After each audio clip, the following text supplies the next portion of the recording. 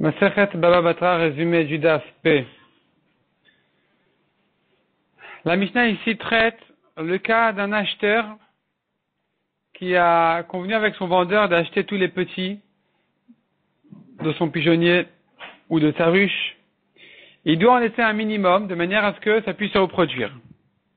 Donc la Mishnah dit pour le pigeonnier, il doit laisser les premiers petits, parce que ça vient toujours en couple, mâle et femelle. Donc les premiers petits, il doit les laisser avec les pigeons, et les suivants, il les prend pour lui. La Gemara avait expliqué, en fait, c'est les petits et les premiers petits des petits, il doit laisser, de manière à ce que ils ne se sauvent pas en recherchant leurs petits, et les autres, il peut les prendre pour lui. C'est-à-dire, il faut toujours laisser avec la première génération, il doit leur laisser un couple de petits, les autres, il les prend.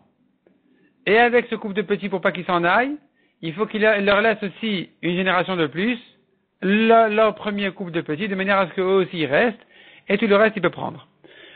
Deuxième cas, les petites ruches. Tu me vends toutes les petites abeilles qui vont venir. Il aura le droit de prendre les 3 premiers groupes qui sortent. Et ensuite, soit le reste, c'est pour le vendeur. Donc le vendeur peut faire de sorte à ce qu'il n'ait plus de petites d'abeilles, à ce qu'elle ne fasse plus de petites abeilles, de manière à ce qu'elle se concentre sur le miel, à faire du miel. Et il y a une tactique à faire, il y a une technique à faire. Il leur donne de la moutarde et elles vont, pour se radoucir, comme c'est piquant, elles vont prendre leur miel et donc elles seront concentrées dans le miel, elles feront plus de petits. Soit dit la Gemara, en fait c'est pas comme ça. La Mishnah ne vient pas dire ça, elle vient dire simplement que l'acheteur doit prendre 1 sur 2. Quand il prend 3 groupes qui sortent, il prend le premier, le troisième et le cinquième.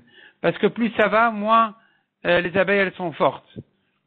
Et donc il faut qu'il laisse quand même pour le vendeur un peu de petites abeilles fortes. C'est pour ça qu'il prendra 1, 3, 5 et laissera le deuxième et le quatrième groupe. Ou bien encore dit la Gemara, il prend le premier, deuxième, troisième et dorénavant il prend 1 sur 2.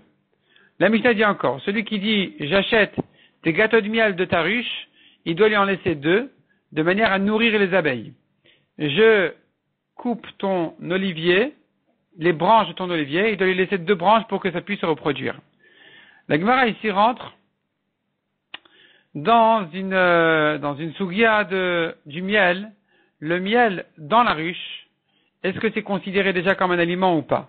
Rav Kana vient dire c'est considéré déjà comme un aliment, même sans prévoir qu'il va le manger ou pas, ou boire, c'est déjà considéré comme un aliment qui reçoit de la touma, qui peut recevoir de la touma. La Gemara ramène une objection sur Rav Kana. On voit dans une braïta que le miel n'est pas considéré comme un aliment, ni comme une boisson, donc ça ne reçoit pas de touma. La Gemara donne 2 réponses. Abaye dit, il s'agit ici des 2 gâteaux de miel de la ruche qu'il faut laisser pour les abeilles. Ça, c'est pas considéré comme un aliment. La Gemara par la suite va dire que dans ces choses-là, dans ces 2 gâteaux de miel, s'il prévoit de les manger, alors ça devient lui un aliment. Selon Rava, cette braïta qui dit que c'est pas considéré comme un aliment ou comme une boisson, c'est cette braïta-là, elle pense comme Rabbi Eliezer qui dit la ruche, c'est considéré comme un terrain, comme si c'était attaché à la terre. À tel point que celui qui tire le miel de la ruche pendant Shabbat, il est chayav comme s'il avait cueilli une pomme de l'arbre. Les Chachamim ne pensent pas comme ça. Mais cette braïta, elle pense comme ça. Et l'Egmar ramène des objections sur Abba, qui s'arrangent plus ou moins avec les braïtot qui l'objectent. La Gemara ensuite revient sur la fin de la Mishnah qui a dit pour l'olivier, il doit lui laisser 2 branches. Sur ça, la Gemara vient dire celui qui achète un arbre de son ami à couper. Je prends les bois de ton arbre. Il faut que l'arbre puisse repousser. Donc, il faut que l'acheteur fasse attention où exactement, à quelle hauteur le couper, de manière à ce que l'arbre puisse repousser.